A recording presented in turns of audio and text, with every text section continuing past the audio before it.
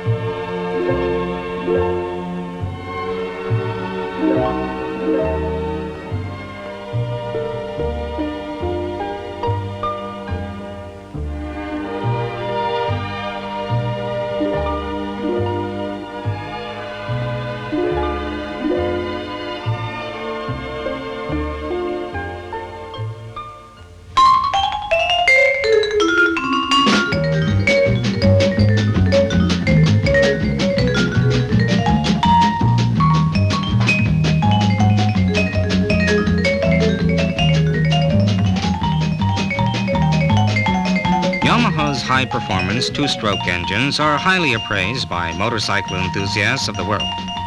And Yamaha's first four-stroke engine, XS650, also captured the hearts of many motorcycle fans for its outstanding performance and high-quality workmanship. Yamaha has made an extensive study in quest of what four-stroke twin-cylinder engines can offer.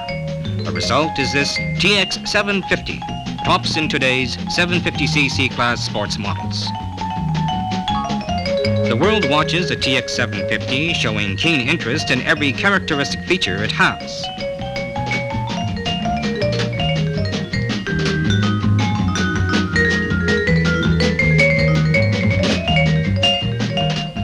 One of the big features of the TX 750 is less vibration. First, look at this scene. Next, let's place the camera on the TX 750 and take a picture.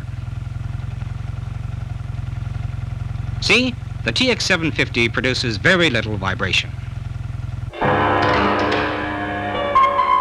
The crankshaft vibrates in all radial directions. As long as the piston moves up and down, the vibration can't be suppressed completely, but at least it can be reduced.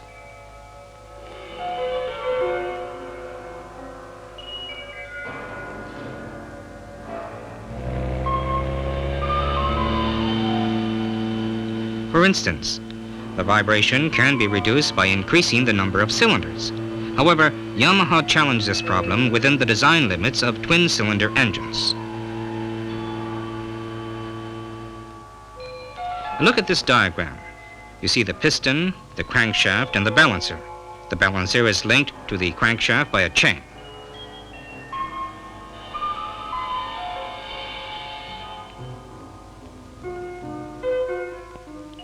You'll see how the balancer works.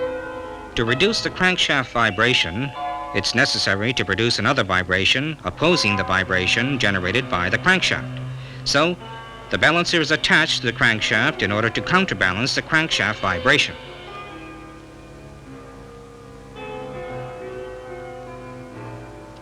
Now, please take a close look at this diagram.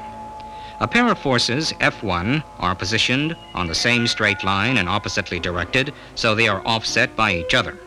On the other hand, in the case of F2, the twin forces are also oppositely directed, but not on the same line. That is, they are parallel, and as a result, a couple, F2 times L, is produced between the crankshaft and the balancer shaft. In order to counterbalance this couple, another balancer is needed.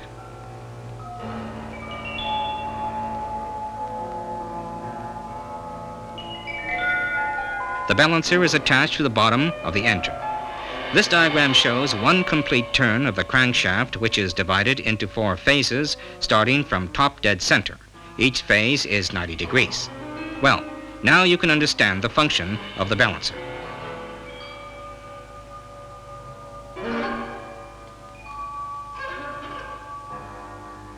That's how Yamaha solved the problem of engine vibration. Once more, look at how little the TX 750 engine vibrates. By the way, the TX 750 crankshaft is made in a one-piece assembly.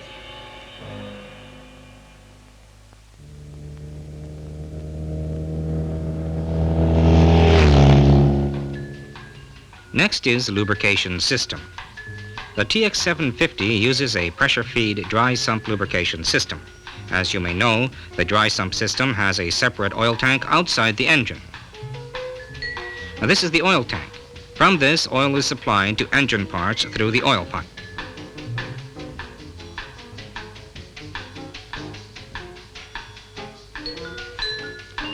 This diagram may help you understand. The oil tank capacity is 3 liters. Now, this is the feed pump. This is the oil pressure warning lamp. If the oil pressure rises more than specified, the lamp switch turns off automatically and the red lamp goes on.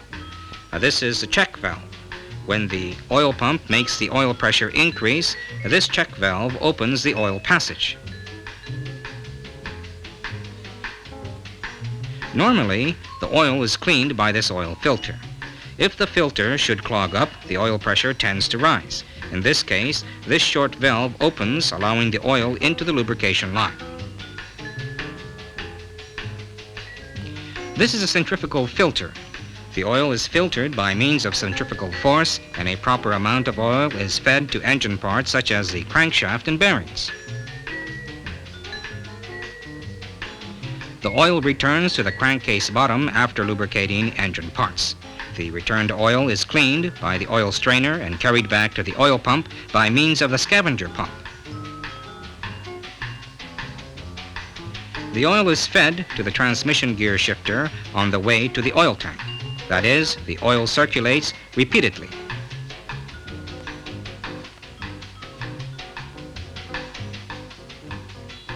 In other words, the engine is constantly lubricated by an optimum amount of clean oil.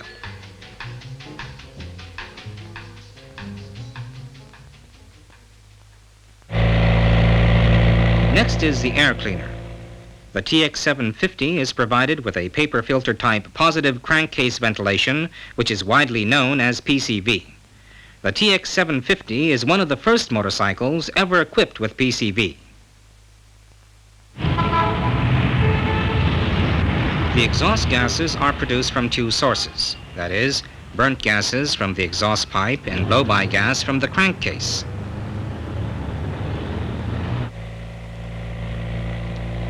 The blow-by gas contains large amounts of unburnt hydrocarbons.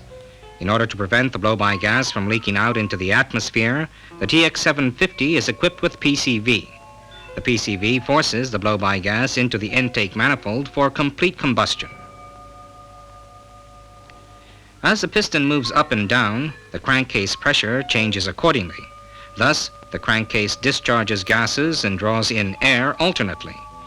The gases discharged from the crankcase contain blow-by gas leaking out between the piston rings and a cylinder wall.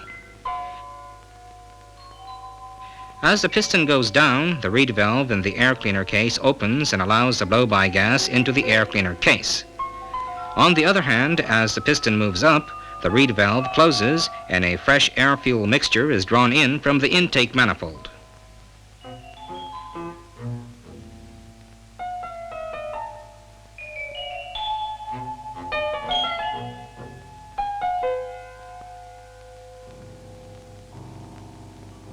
By this PCV, the blow-by gas is forced back into the combustion chamber. That is, Yamaha has put special design emphasis on anti-pollution measures.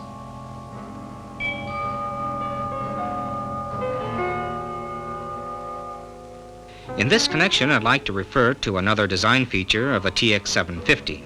It's the valve seat. Today, everyone knows that the lead contained in gasoline is the major cause of air pollution.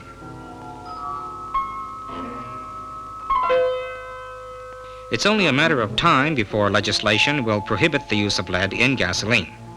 With this in mind, Yamaha has developed a special alloy valve seat for the TX 750. If non-leaded gasoline is used for a conventional engine, the valve seat will be worn like this. This special alloy valve seat is a good example reflecting Yamaha's forward-looking attitude.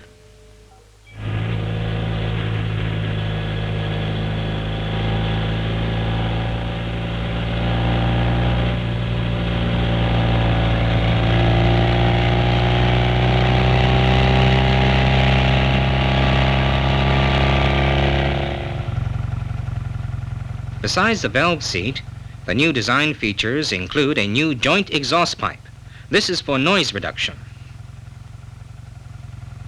This is where improvement is made. The two exhaust pipes are joined at the outlet. The noise level can be reduced through labyrinth construction. To lower the noise, the number of partitions should be increased. Let's use another machine for comparison.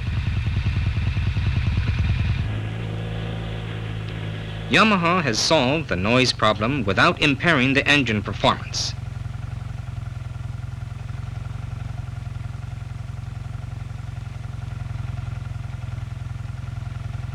Special alloy valve seats, unique design of exhaust pipe, and air cleaner built-in PCV. All these are adopted as new anti-pollution measures. That's not all. Yamaha has tackled the problem of driving safety too. Yamaha's attitude toward driving safety is reflected in many parts of the TX 750. This is the warning lamp. This is a stoplight warning lamp. If the stop lamp should burn out, the warning lamp will light up. This is the brake lining warning lamp. When the brake lining is worn more than specified, the lamp will light up. This is the oil pressure warning lamp. If the oil pressure drops, the lamp goes off. The meter panel is finished with a black matte coating, and all meters are grouped conveniently for easy check.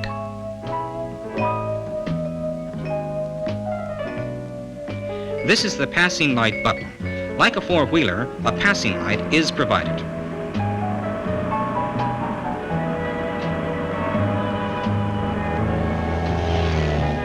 The flasher lamp is made larger in diameter, and for better diffuse reflection, it has many special lenses arranged radially. This is the reflector. The sealed beam headlight is bright enough to illuminate the whole road ahead. For additional safety, a reserve switch is provided to automatically switch to the other beam if one burns out. Our headlight isn't nearly as bulky as other headlights. In addition, the battery is a powerful 16 Ah. The TX 750 has two helmet holders.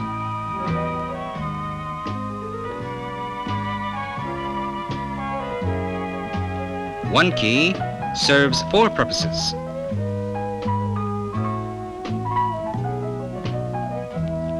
This is for vehicle inspection certificates. The frame is of double cradle construction, perfect for road racers. And it is so designed that the machine can be banked at 45 degrees.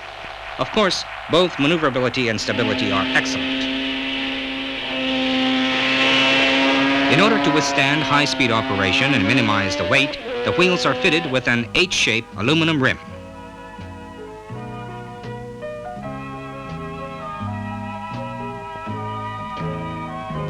For extra safety and powerful braking, a 200mm diameter brake drum is employed.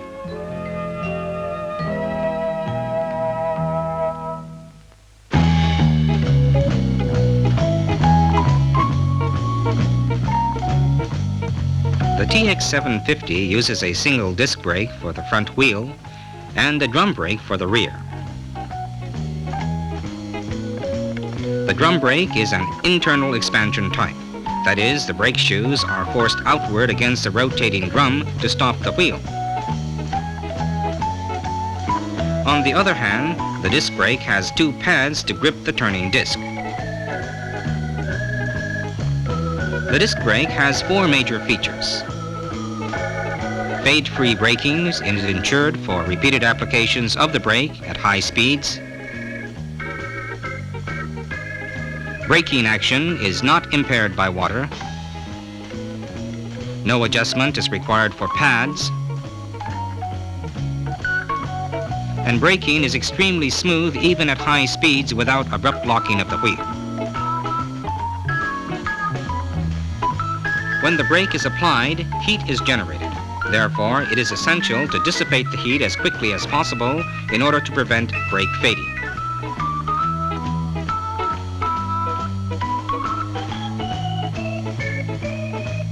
In contrast, the disc brake has a tendency to dissipate heat quickly because only a part of the disc is covered with the caliper. It always ensures stable braking for repeated applications. Unlike the brake drum, the brake disc is exposed, but its performance is not adversely affected by water or dirt. That is, the disc brake guarantees stable performance even in rain. The disc brake was originally developed for racing cars featuring maintenance-free construction. In the case of the drum brake, when the brake shoes and drum are worn, brake lever play increases accordingly, requiring adjustment. But the disc brake is self-adjusting. The gaps between the disc and pads are automatically adjusted.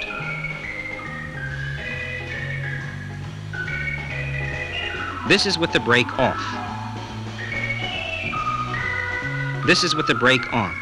In short, when the pads are worn, they are pushed toward the disc by oil pressure in proportion to the amount of wear.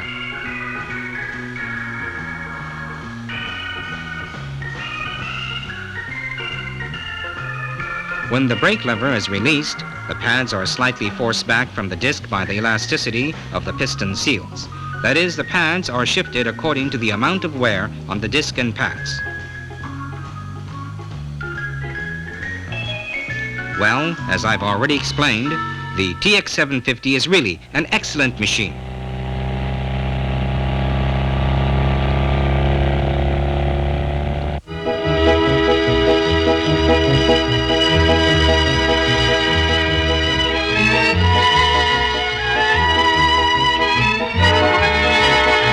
Now you understand why Yamaha is so proud of the TX 750. It's a truly big machine.